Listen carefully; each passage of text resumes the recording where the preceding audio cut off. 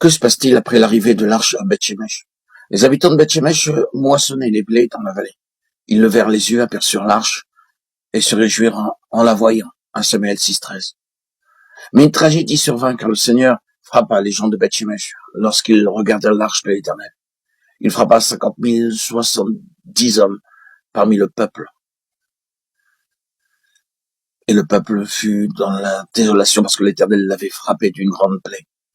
Les gens de Beth-Shemesh dirent: qui peut subsister en présence de l'Éternel, de ce Dieu saint? Et vers qui l'arche doit-elle monter en s'éloignant de nous?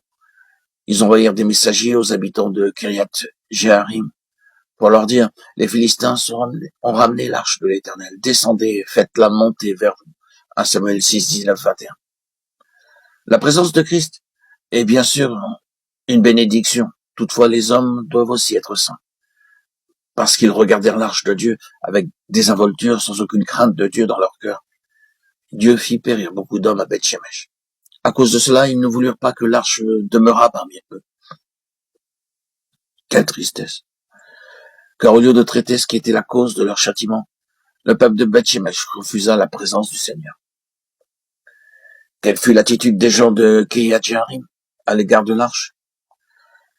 Eh bien, les gens de Kiriath-Jearim vinrent et firent monter l'arche de l'Éternel. Ils la conduisirent dans la maison d'Abinadav sur la colline. Et ils consacrèrent son fils Elazar pour garder l'arche de l'Éternel. Il s'était passé bien du temps depuis le jour où l'arche avait été déposée à Kiriath-Jearim. 20 années s'étaient écoulées. Alors toute la maison d'Israël poussa des gémissements vers l'Éternel. 1 Samuel 7, 1, 2. L'arche partit de Shilo sans plus jamais y revenir. Cependant, elle demeura à Kiriath-Jearim dans la maison d'Abinadav durant 20 ans. La tente était à Shilo, mais l'arche ne s'y trouvait pas. Shilo était vide. La maison d'Abinadav avait le privilège de la présence du Seigneur. Nous devons remarquer d'une part que l'arche ne retourna plus à Shilo, et d'autre part, nous poser franchement cette question. Sommes-nous comme les hommes de Beth-Shemesh qui furent effrayés par la présence du Seigneur, ou sommes-nous comme ceux de Kiriath-Jearim qui accueillirent avec joie la présence du Seigneur?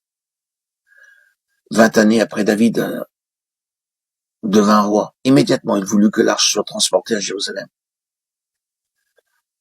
David tint conseil avec les chefs des milliers et des centaines, avec tous les princes. Et David dit à toute l'assemblée d'Israël: si vous le trouvez bon, si cela vient de l'Éternel, notre Dieu, envoyons des messagers de tous côtés vers nos frères qui restent dans toutes les contrées d'Israël, et aussi vers les sacrificateurs et les Lévites dans les villes où sont leurs banlieues, afin qu'ils se réunissent à nous et ramenons auprès de nous l'arche de notre Dieu, car nous ne nous en sommes pas occupés du temps de Saül. 1 Chroniques 13, 1, 13.